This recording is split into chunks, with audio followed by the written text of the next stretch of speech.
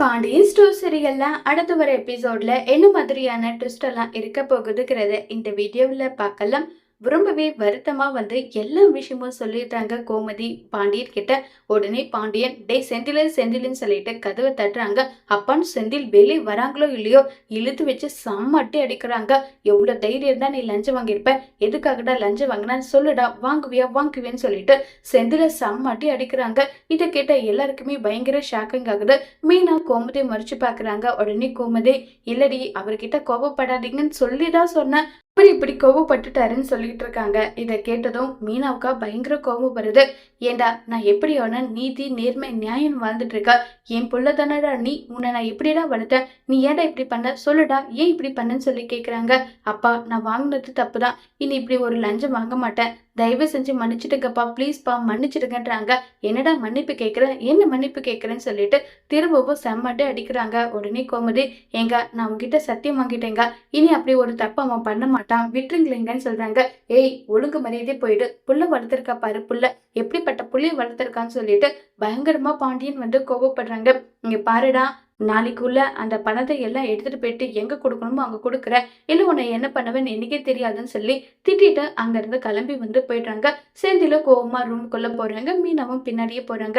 இப்போ உனக்கு சந்தோஷமா மீனா, ரொம்ப சந்தோஷமா இருந்ததா, உன் புருஷன் எல்லாரும் முன்னாடி அடி வாங்கினதை பார்த்து உனக்கு அப்படி சந்தோஷமா குழுன்னு இருந்திருக்குமேன்னு சொல்லிட்டு செந்தில் கோவப்படுறாங்க. ஏங்க பெரியவங்க சின்னவங்க எல்லாரும் முன்னாடி நீங்க அடி வாங்கினது எனக்கு கஷ்டமா தான் இருக்கு, ஆனா நீங்க செஞ்ச வேலை ஒன்றும் அப்படிப்பட்ட வேலையிலேயே எப்படியோ ஒண்ணு உண்மை தெரிஞ்சதை நினைச்சு எனக்கு இப்பதாங்க சந்தோஷமா இருக்கு. ஏதோ ஒரு மூலியமா உண்மை தெரியாம இப்படி தெரிஞ்சது சந்தோஷம் தான் சொல்றாங்க.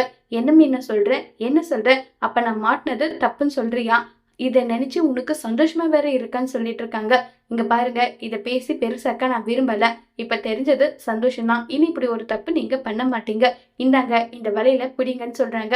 என்ன மீனா இருக்கிற கடுப்புல இது வேற பண்ணிட்டு இருக்க, இந்தாங்க லஞ்சத்துல எந்த ஒரு பொருளும் எனக்கு தேவை கிடையாதுன்னு சொல்லிட்டு மீனா செந்தில் கிட்ட வலையில தூக்கி போட்டுட்டு போயிடுறாங்க. இப்ப அடுத்த நாள் காலையில ஆகுது. பாண்டியன் உட்கார்ந்துட்டு இருக்காங்க. செந்தில் வராங்க. டே நீ லஞ்சம் எவ்வளவு வாங்கியிருக்க சொல்லுடன்றாங்க. நானா வாங்க மாட்டேன், எடுத்துட்டு வந்து கொடுப்பாங்க, அதுதான் எவ்வளோ, அது எப்படி சொல்றதுன்னு சொல்லிட்டு இருக்காங்க. இங்க பாருடா, உன் மனசாட்சிக்கு தெரியும் நீ எவ்வளவு லஞ்சம் வாங்கியிருக்கேன்னு சொல்லிட்டு அந்த லஞ்ச பணத்தை எல்லார்கிட்டையும் கொடுன்னு சொல்றாங்க. யார்கிட்ட வாங்கினீங்க அவங்க கிட்ட கொடுங்கன்னு சொன்னதும் அது எப்படி போய் முடியும், அவங்க யாரு என்னன்னு கூட எனக்கு தெரியாது, எப்படி என்னால கொடுக்க முடியும்னு சொன்னதும் சரிதான் வாஸ்தவம் தான் நீ சொல்றது, அதனால ஏகப்பட்ட பேரு பசியும் பட்னியுமா ஒரு ரூபாய் கூட கையில இல்லாம எவ்வளவோ அவஸ்தைப்பட்டுட்டு இருக்காங்க, அந்த ஒரு நல்ல விஷயத்துக்கு நீ போய் செய், நீ செஞ்ச தப்புக்கு பிராய்ச்சித்தமா இதை பண்ணுடான்னு சொல்லிட்டு அங்க இருந்து செந்தில் வீட்டை விட்டு துரத்திடுறாங்க. இது எல்லாம் செலவு பண்ணிட்டு நல்ல காரியம் பண்ணிட்டு என் கண்ணு முன்னாடி நில்ல, இல்லைன்னா வராதுன்னு சொல்லி திட்டி அனுப்பிடுறாங்க. இப்ப நம்ம செந்தில கோவப்பட்டு அங்கிருந்து கிளம்பி போயிடுறாங்க. இப்ப அடுத்ததான் நம்ம சரவணனை காட்டுறாங்க. சரவணன் கடைக்கு போலான்னு வரும்போது பயங்கர டெக்கரேஷன் எல்லாம் பார்த்து ரொம்பவே சரவணனுக்கு ஷாக்கிங்கா இருக்கு. உடனே நம்ம சரவணன் பழனி கூப்பிட்டு என்ன மாமா நீங்க குமாருக்கு சித்தப்பா தானே, நீங்க இப்படி ஒரு வாழ்க்கை அசிங்கமாகறத நீங்க நினைச்சு பார்க்கலையான்னு சொல்லி கேக்குறாங்க. பேசிட்டே இருக்கும் போது அங்க பாத்தீங்கன்னா பாக்கியம் அவங்க குடும்பம் பயங்கர கெத்தா நிக்குது. இதை பார்த்து இன்னும் கோவம் வருது சரவணனுக்கு. சரவணன் குமாரோட கல்யாணத்தை தடுத்து நிறுத்துவாங்களா இல்லையாங்கிறத வரப்போற எபிசோட்ல வெயிட் பண்ணி பார்க்கலாம். தேங்க்யூ.